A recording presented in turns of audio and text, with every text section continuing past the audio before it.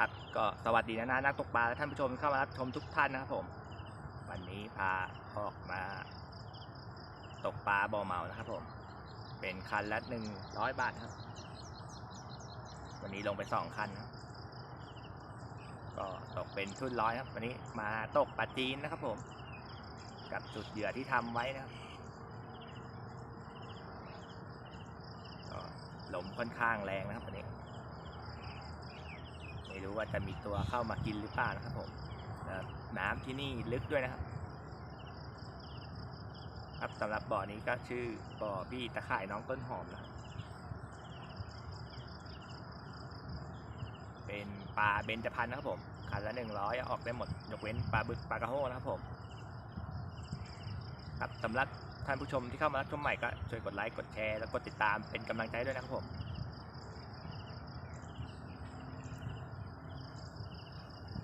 โอเคครับรอลุ้นผลงานกันครับ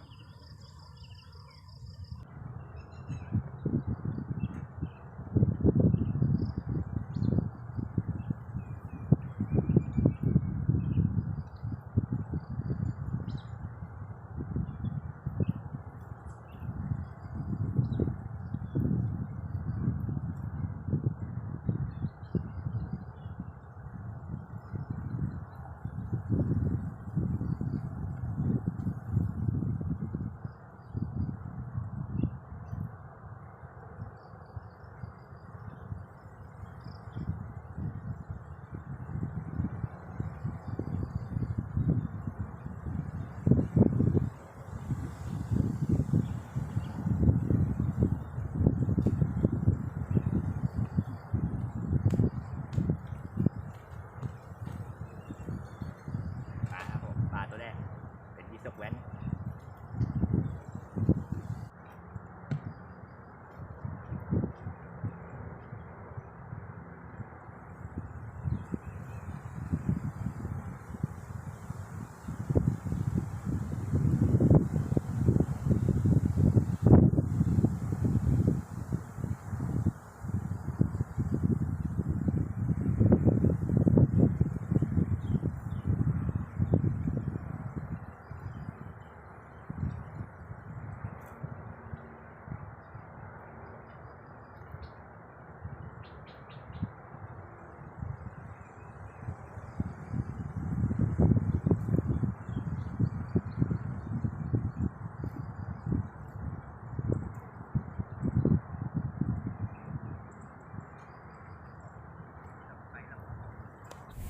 ผมสำหรับตะก้อก็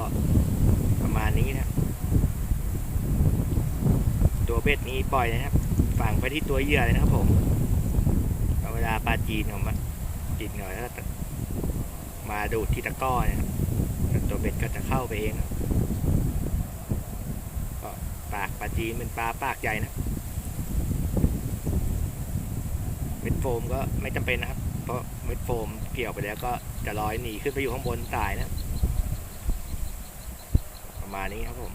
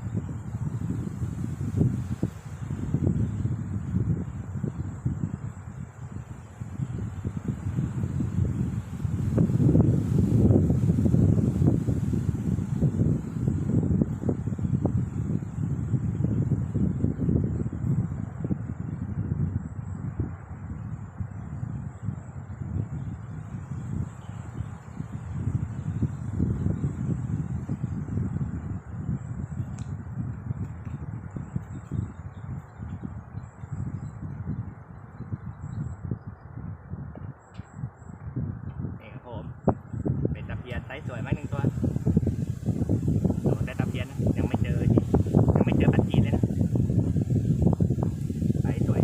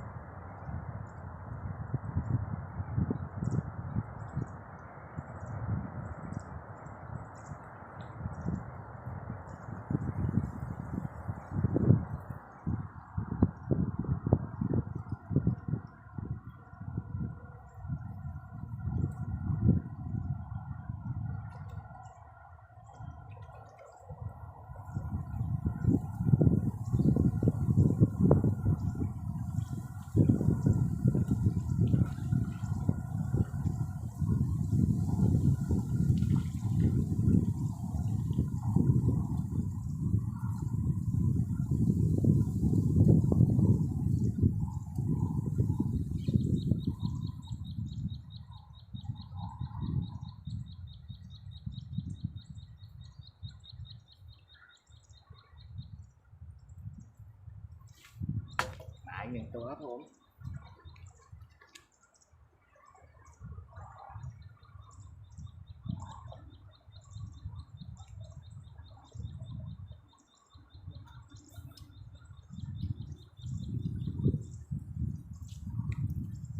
นี่ครับผมตัวที่ 3